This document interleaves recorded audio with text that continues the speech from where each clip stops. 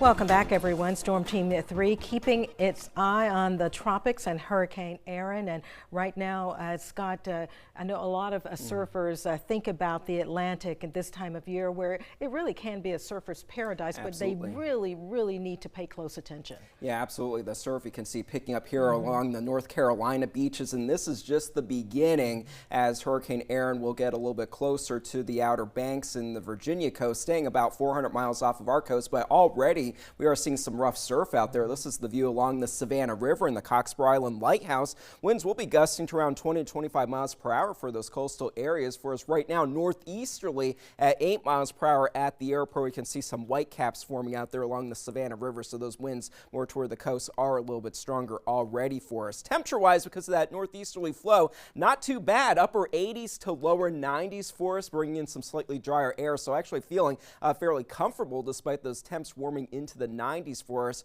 right now. There's an off chance that we have a couple of stray showers or storms developing over the next few hours, but overall it will be dry as we head into the overnight and for the start of our Wednesday with a mostly sunny sky. That'll be the case through 9 and 10 o'clock, but then in the afternoon, those temperatures warming again into the upper 80s to lower 90s. We do run the chance of having a couple of pop-up showers or storms, but it's going to be one of those situations where most locations will miss out on that altogether. So here's Hurricane Erin down to the southeast of the coastal Empire Low Country, already promoting that northerly flow. High pressure keeping us mainly dry, but as this system gets a little bit closer, that pressure gradient between the low and the high will tighten up, so those winds will become somewhat of a slightly greater issue for us. No major concerns for us locally in the coastal Empire and the Low Country. No major concerns out of what's brewing in the tropics for right now. This area of concern in the central Atlantic, looking at it, is going to take more of a northwesterly turn at this point as it becomes more likely to develop over the coming days, and this one near the Cabo Verde Islands has a low end risk of developing at this point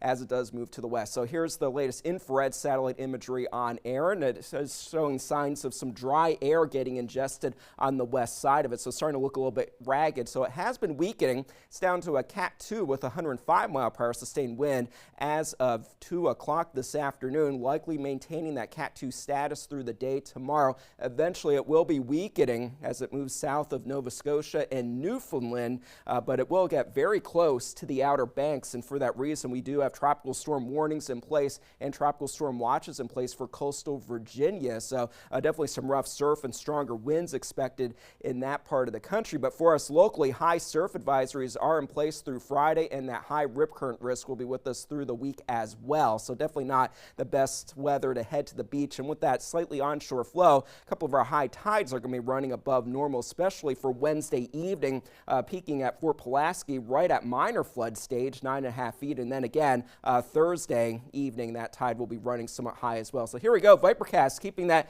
very far away from our area, but we will have that northerly flow, North Carolina, coastal North Carolina to the Outer Banks. We'll have to watch out for some stronger winds and heavier rain as well. By the time we get to Friday and into Saturday, this will be moving into the far North Atlantic as it does transition into a post-tropical system. For tonight locally, 74 for the with a mostly clear sky, staying warm and humid. And then for tomorrow, 92 for that high temperature with a few isolated showers or storms possible during the afternoon hours. Low and rain chances stay with us for Thursday, but on Friday those storm chances begin to increase, and that'll be the case for Saturday and Sunday, drying out again for next Monday and Tuesday with high temperatures trending in the upper 80s to lower 90s once we get past Wednesday and Thursday. That's a look at your forecast for now. We'll have more coming up in just a bit.